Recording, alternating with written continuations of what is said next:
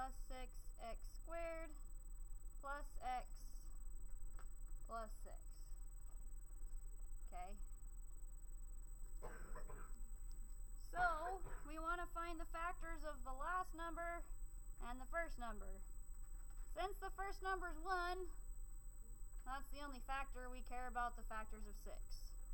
So our part A is going to be plus or minus 1, because 1 times 6 is 6. Plus or minus 2, because 2 times 3 is 6. Plus or minus 3, and plus or minus 6. Okay. So then for part B, we're going to want to use our graphing calculators. So if you have a graphing calculator, get it out.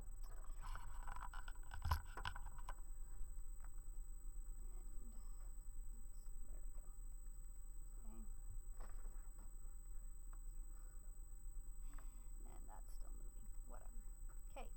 So go to the calculator. You want to turn it on. Then you want to go to y equals and you want to type in your problem. So to get x cubed, you press the x button, that's the xt theta n button right underneath mode. Then third, you use your caret button, which is over here on the right.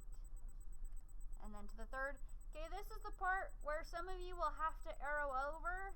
Otherwise, it'll all stay in the power spot. You don't want it all in the power spot. So you want to move it over so it's a big box, not a little one. Okay? So you'd say plus 6x squared plus x plus 6, which would be helpful if I left that up. Oh, nope, wrong one. This one. Which that'll like freaked out, but okay. So then you click graph and you can look and say, hey, that crosses, where does it cross at? 1, 2, 3, 4, 5, 6, negative 6. So negative 6 is the number I'm going to try in my synthetic division.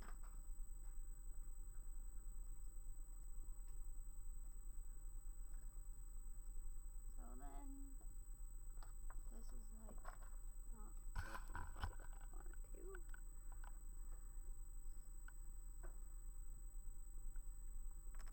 So we put negative 6 in, and then we'd have a 1, a 6, a 1, and a 6. Okay.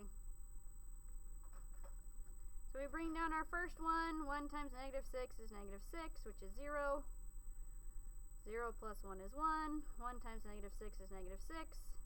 You get a remainder of 0, which means it's a factor. Yay! Okay, so we picked the right one.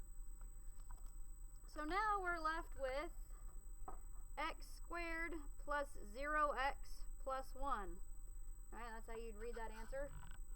Okay, so with these, you can plug them into the quadratic formula, because I don't know things that multiply to 1 that add to 0, because there aren't any positive 1 anyway.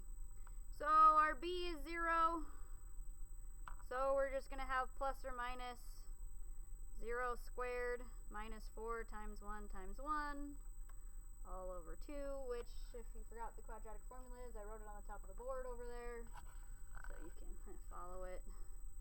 Okay, so you basically get plus or minus the square root of negative 4 over 2, which, because it's a negative, it becomes an I.